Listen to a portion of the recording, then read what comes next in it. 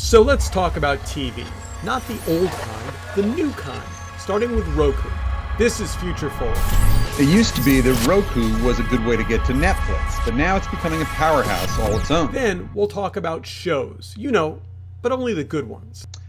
And finally, can tech save journalism? We will explore. I'm Steve Rosenbaum. And I'm Gene DeRose. And this is Future Forward. Gene, I think we maybe we just needed a palate cleanser after a couple of intense weeks, but as we start to think about TV, what's interesting is we made a list before the podcast about shows we both were watching, some you liked, some I liked, but really none of them were television shows.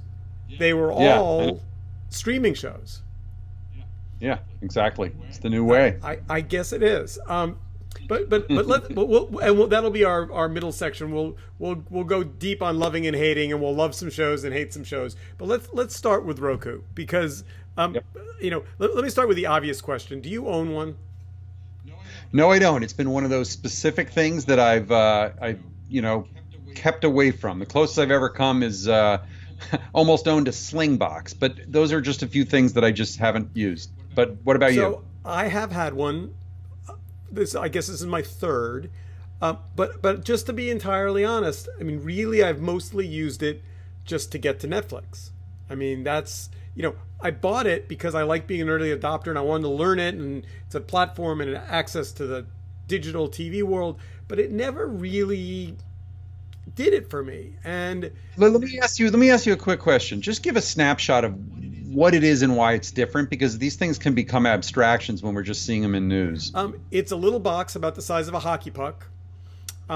It plugs into your TV and it ties to your Wi-Fi in your house, and it essentially connects you to a whole channel infrastructure of shows and channels, and people publish to it.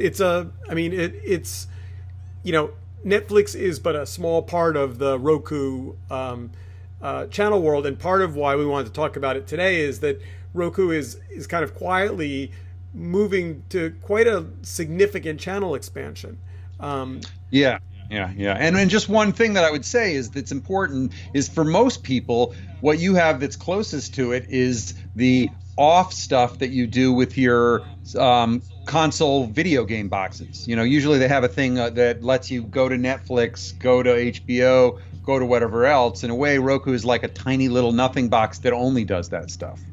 And so the reason why this announcement that we're talking about really matters is because the Roku Channel, which is going to launch this summer on Samsung TVs, essentially breaks it out of the hardware business and has it start providing essentially a whole panoply of OTT services, which is a big deal. It's a big deal. Yeah, and probably a long time coming, because they would just be going the way of TiVo if they didn't step up and join the trend that they started. Yeah, and I have a long time nostalgic relationship to TiVo because it was the first box that really broke television apart in a way that seemed like it was and did change the world. In a way that was successful. My 87-year-old father was a web TV user. That was maybe before, but less successful. Or for those of us who are now dating ourselves, remember Replay TV? Of course. Yeah. But And Roku's been around since 2002 with kind of a same version of it forever. So this is a really long path. So Roku is also adding a whole bunch of free news services. You can feel them starting to get their arms around, hey, this OTT thing, we could maybe be the big winner here, right? I mean, and part of that is Apple TV, which, two things. I have an Apple TV. It's been in the living room. I haven't used it much. I moved it into the bedroom to try and get back in the habit of using it more, experimenting more with it. And as much as I love when Apple reinvents interfaces, I just find their little slide. Do you have an Apple? Do you know their weird slidey remote thing? I don't have the current one. I've had it.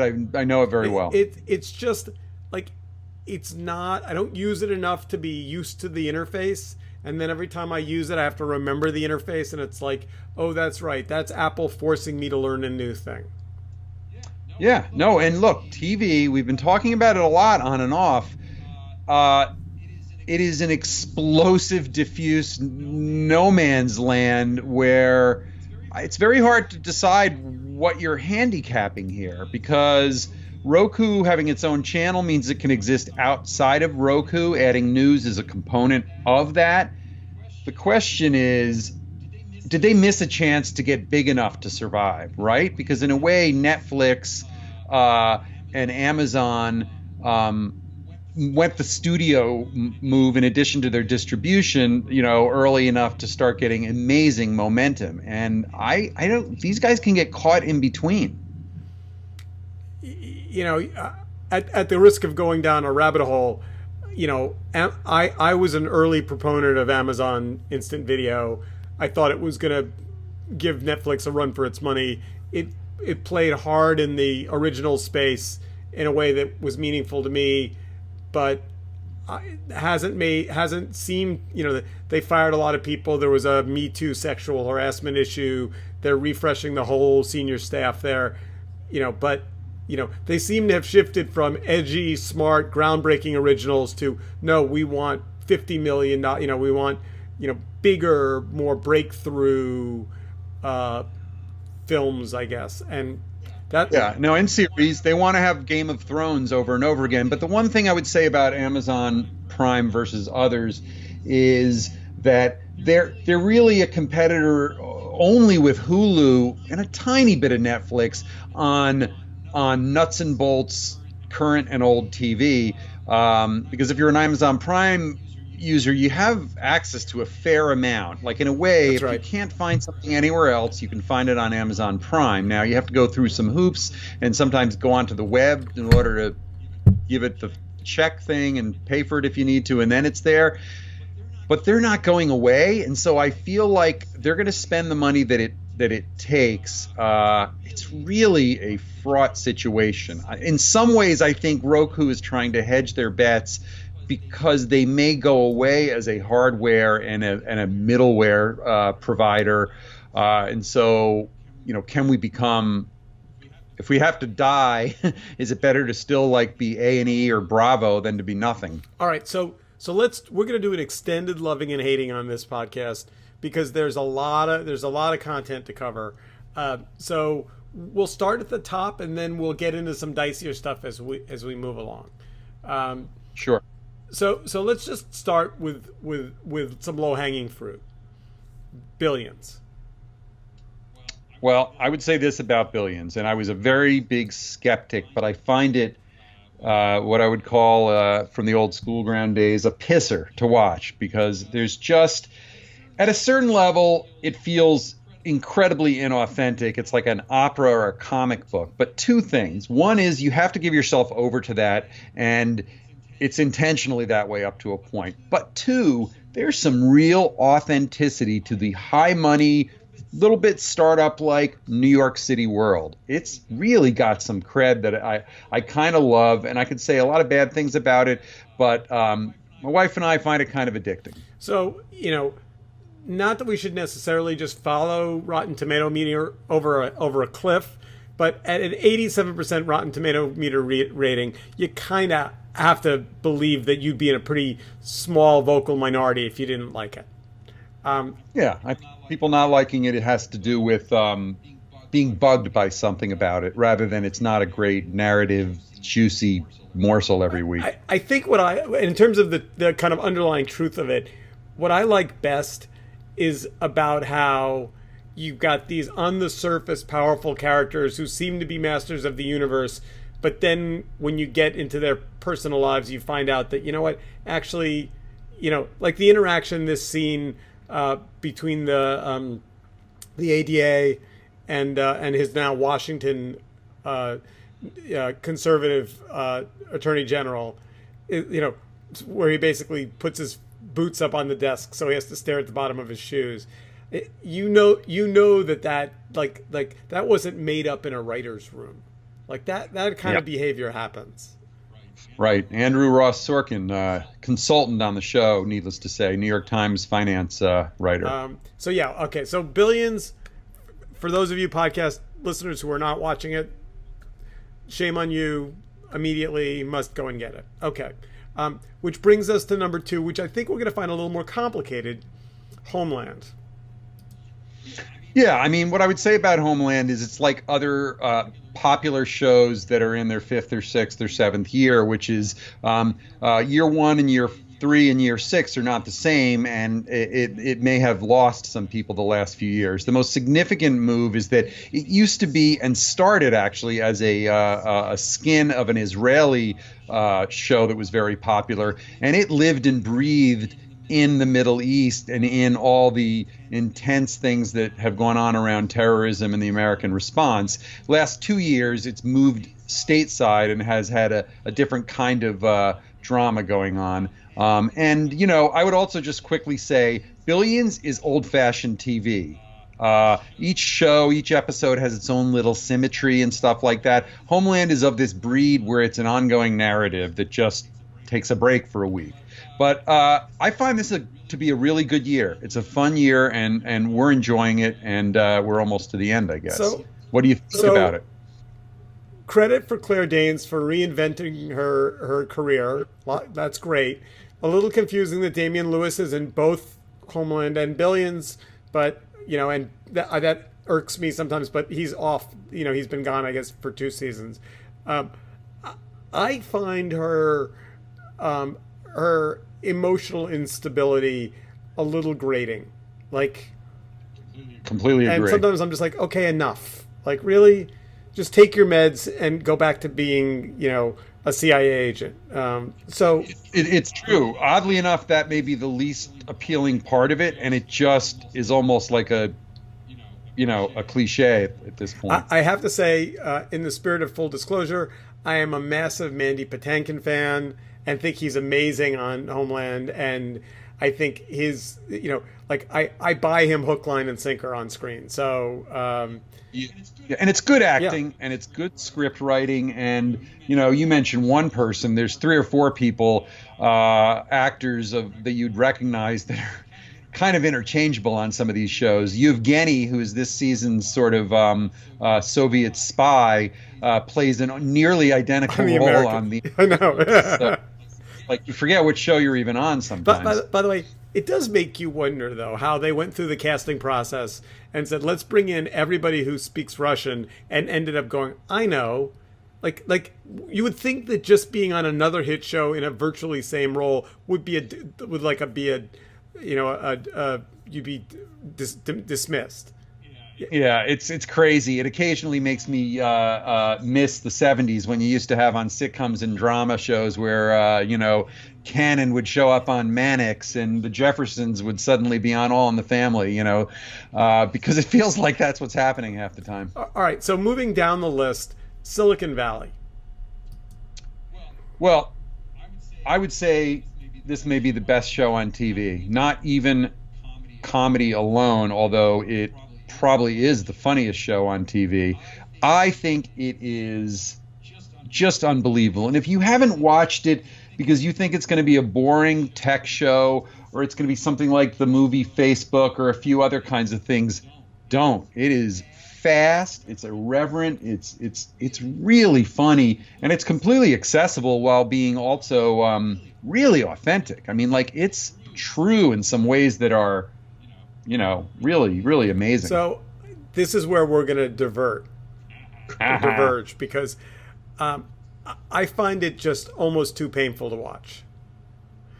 And why? Because those horrible meetings, I'm like, yeah, I've been in that meeting. I've been in that conference room. Those lines have been used on me. Like, I just like. But then would you say, Steve, that it's your unique situation that makes it hard? Or do you think that it would be, like the early days of The Office, when the uncomfortableness of that show, it took a while for us to get used to that kind of thing? Now, again, in the spirit, if you look at the Rotten Tomatoes numbers that we have on the screen, it's getting a 98% Rotten Tomato meter. So that puts me in the rarefied air of the 2% that would not give it a thumbs up. I do watch it some, but almost inevitably it leaves me with kind of a queasy feeling in the pit of my stomach. So it might just be my startup life is a little bit of a sitcom, and therefore, not necessarily wanting to watch a sitcom about my startup life. But yeah, the part, and you may be right about one thing, which is the inauthentic part of it is that they're basically all still alive and together in the same company, because really all those meetings amount to what kind of happens over time in startup world is, you reshuffle the deck, you start over, you fail your way to success. So here's a complicated one, Barry. Not enough to sort of give the full dose on it, but so far I love it. It's very, very entertaining, and it is in your face, breaking the norms of what you would expect, because you've got a complete hero that you have complete sympathy for, who is pretty close to a mass murderer. He's an assassin, and he does that. I watched the first one. I thought I was gonna be hooked, and then it hasn't made its way back into my life, so who knows? It's definitely worth watching one or two, especially, I really think the acting is terrific, and it just has some very funny parts. I will say this is what's good about the HBO cycle, which they're now 8 or 10 years into, or maybe even more, which is alongside a Sopranos or a Game of Thrones or whatever. They pepper in these half-hour shows that are kind of cutting-edge comedies, and it's hard to say you're wasting your time when there's 8 Veeps over the course of a season, and each one is 28 minutes long. So let's talk about Altered Carbon. Yep. What's your opinion? I'll let you go first. I was very excited about it, and didn't feel like it worked, and I don't know why. Well, that sounds exactly the way I feel, and a friend of mine who I very, very much trust, who's a science fiction guy, pushed me to it, and then later said that he felt the same after 5 or 6 episodes. It's not super well known, so people understand it's kind of a superhuman-ish person that is part of a kind of a special forces that wakes up, 300 years later, hundreds of years later in the future, and it has to do with going back and forth, and it has to do with the way they freeze his carbon and the different bodies that you kind of run out of being able to talk about it coherently, and I think that's a little bit of the problem. It sets a good dystopian mood, it has some great actors, and it has some great movements, but it's kind of it's got too much of what I despise in a lot of Marvel shows and movies, which is just relentless mayhem. Probably going to explode and cover about a third of every episode. So Tomato Meter says 65%. Yeah, that doesn't surprise me. I mean, there are people who are going to see every single one of these things, and they'll get into it. And there's enough character development that you're kind of hanging on by a thread. But I found myself getting bored by it. I'm not going back to it. All right, so the new season of Bosch just came out. I can't tell you why, the lead actor on Bosch, whose name I can't even really pronounce, Titus Welliver, who I feel like I've seen in 100 things, but I can't figure out what. I just really like, this. I mean, it's a little bit of a repeat season after season, which is honest, hardworking detective facing the bureaucracy and criminality of the internal, LA Police Department, LAPD. That being said, though, I really like it. And I think if you haven't watched it, it's on Amazon. Definitely worth giving it a try. Well, I will do that. Have not seen it yet. All right. So we've got just a couple more. Electric Dreams, I think you said you hadn't seen yet. Yep. Let's make sure we cover Handmaid's Tale. I'm right there. Handmaid's Tale it is. So Handmaid's Tale, I believe, is as good as anything, in some ways that's ever been on TV, and partly it's because it's also a great novel, and it manages to have just hit a bunch of notes. Anyone who loves not just dystopian stories, but more kind of 1984 totalitarian future and the near future stories will recognize and love it in a surprising way, because you think it's something different at first, but it's very female point of view as opposed to the history, and not just in its subject matter. It is just wonderfully wrought, and I'm undecided about the second season. Haven't only seen two of them, but I'm a fan. I dipped into the first season and then got distracted with other things, maybe just because it was a little too close to our current administration, and there is this complication about trying to find entertainment in things that are different than our daily lives, and then finding that increasingly, like with Homeland, it's like, wow, this feels like ripped from the headlines, ripped from the headlines, ripped from the headlines. That being said, though, we're on a roll here because Handmaid's Tale has a 95% Rotten Tomato meters rating. So either we're just picking out wildly popular shows, or we have incredibly good taste. Look, it's wholly original in that while it is reminiscent of current times, it takes a what if these guys won and got everything they wanted, and we just haven't seen anything like that. So it's it may be a liberal dream or nightmare, but it's pretty amazing. So let's shoot to Westworld so we can. Yeah, we have time for two more. So Westworld it is.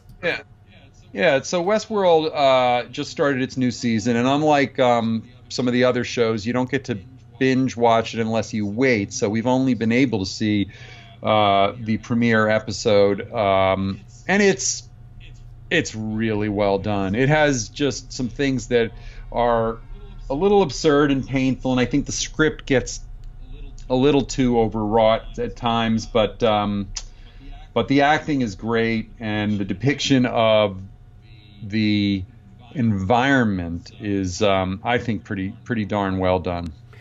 I like it. So I watched all of season 1, and by the end I was just like, it just made me go, wait, you're an android? No, wait, but you're an android? Well, is everyone an android? Am I an android? There was we won't give away the twist in case you haven't watched season 1 yet, but there's a character that becomes an android by the end of season 1 that just makes my head hurt really bad.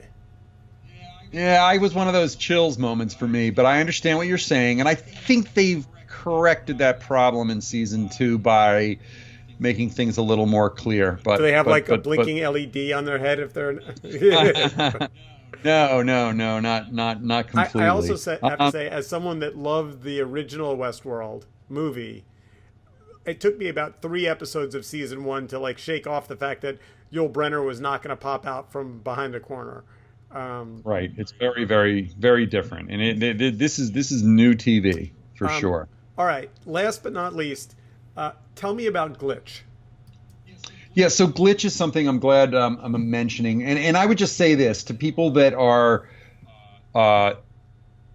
dabbling a lot in all of these new kinds of shows. Make sure you check out some of the international ones. They're coming from all over the place, and Glitch in particular just had a season 2, and it's an Australian show, and the premise is that for some scientific reason that you don't find out about, a number of people have risen out of their graves in a certain small Australian town and are just alive and well, and they come from all points going back 200 or 300 years, and it sounds absurd and silly, but it's really well done and fun, and it's worth a look. It's really really well done. So credit to our digital friends for having built a platform that allows better quality, particularly drama, to make its way to audiences.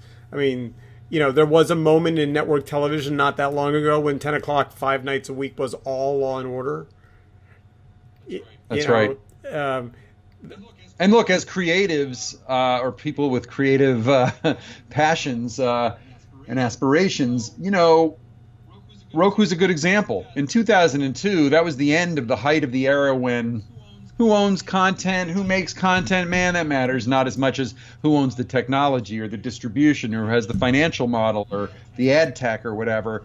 And look, we're now knee deep into a glorious new era when a massive number of people that seems to be expanding can make quite a living creating original content of all sorts. And the world is going to benefit from that in the long run, and it's the right way it should be. Yeah, no, I agree. All right, well, we've got a few minutes left. So let's talk about, kind of a little bit of a pivot here, but let's talk about journalism and tech. There's a bunch of things. Neiman has had a big article that started to poke around the edges of whether or not, in particular, blockchain was going to really have a meaningful impact on journalism. And, as somebody that, and you and I have talked about this before, we're both getting our arms around blockchain, trying to understand it, trying to be conversant in it. This was the first, like it reinventing banking doesn't interest me nearly as much as, this thing called Civil, which is a blockchain-based journalism marketplace. I mean, that really interests me. That I thought was pretty exciting. Yeah, and I'm only getting halfway through it myself. I think it looks really exciting and remarkable. I would say that one of the things blockchain addresses is it helps solve or massively mitigate security issues. And that's not really what we're talking about here in terms of journalism. It has as much to do with the mass democratization as it does with the ability to put a business model in place that might, spread the opportunities and the benefits. Would you say that's sort of accurate?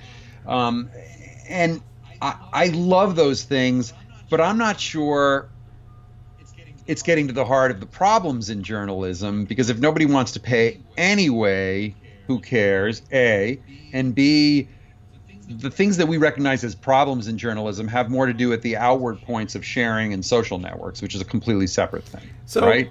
So you give me your take. So look, I mean, in order for things to work, there needs to be a combination of the right technology, the right time, and the right demand.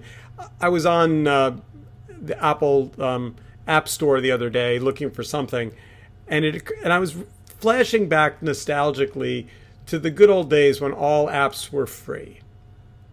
First, they were all free, and then they were all free with in-app purchases, which basically meant they carved out some features you needed and charged you for them later.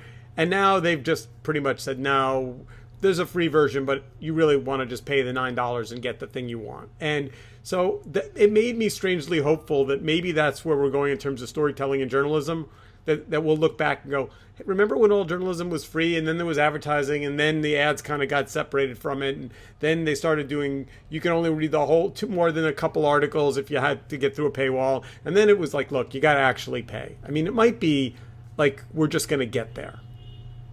Is that naive? Am I being naive? Yes, I think, and look, I kind of wish for that too, but I find my own instincts in real time to be, diverse, to be Catholic, to be, what I appreciate that is my happy perch right now. It's a little like my consumption of music, is I like sitting on top of my Twitter that I've fine-tuned so that I get access to stories from all over the place on a wide range of subjects, and it's so hard to understand how that genie gets put back in the box, because there's very few of those. When I hit a you must pay or or log in or whatever, that I don't just turn around and go back and find the free one. Now there's a few of them, and I would say I've been, amazed and dazzled, and have been the first time since I was in college a paying subscriber of the Washington Post, but I just don't understand how it exactly is going to unfold. How do you get everyone to do it at once? How do you get will news ever be a destination in a digital world? That's the question that I think especially some of these ventures have to answer, or can they figure out how to bring power to us in a distributed sense? How do you consume your news? I would love to hear a snapshot. Yeah, no, kind of the same way you do, although I don't use Twitter so much. It used to be Facebook, but that seems to be floating away at the moment in terms of how much is recommended through it. But much like you, there are certain, there are certain things that when I run up against the paywall, I'm like, really? Are you fucking kidding me? Like, for that one article, you're gonna like want me to be a subscriber? I wouldn't mind paying some shekels. I wouldn't mind, throwing them 25 cents or $1.25 or whatever to, something small, some micropayment. But the idea that I have to be a subscriber to 30 things and everyone's always like, it's only $10 a month. And I'm like, do the math, folks. That's $120 a year. That's no joke, right? Yeah, I completely agree. And look, it's interesting. I've been a disbeliever in micropayments because it never seemed that realistic and it wasn't applied in a universal way. I would say that this may be the only use for pennies in the future, because I would love to see somebody start from the ground up rather than top down. See what happens if you start introducing the ability for those that would only have a paywall to allow us through some third-party system to pay 2, 5, 7 cents, and just see if the incremental revenue starts being meaningful. Because otherwise, I'm just not sure how it works. We're running out of time, and I don't want to miss this one bizarrely creepy article about AI rewriting news to meet your politics. Like to me, not to end on a dour note, but that scared the shit out of me. It truly did. Yeah, and they slide over the part that is the important part, which is what is the sausage making machine that's going to tell you that this thing is left, right, or center tilting. And I come back to new ways of introducing sourcing to news stories is what is going to solve or improve things. And I'm not sure what else, because it's tail wag dog to think that, you can just put solutions on people without this stuff. This is a site called Nowhere, spelled Knowhere. And the way they describe it is that it's some Stanford-trained artificial intelligence experts who use machine learning tools to cover the day's biggest stories and offer left, impartial, and right-leaning versions of each. That if you understand the world of Fox News and the Republicans and the daily talking points, why not just pump those right out next to us and, let's let the parties decide and see if everyone's measuring up to what their daily spin and message is, because otherwise you're just making it up in the middle. We are out of time, my friend. The future will have to wait another day or another week, as it turns out. It always will. Have an excellent week, and future forward. We'll see you in a week. Thanks, Steve. Talk to you soon, buddy.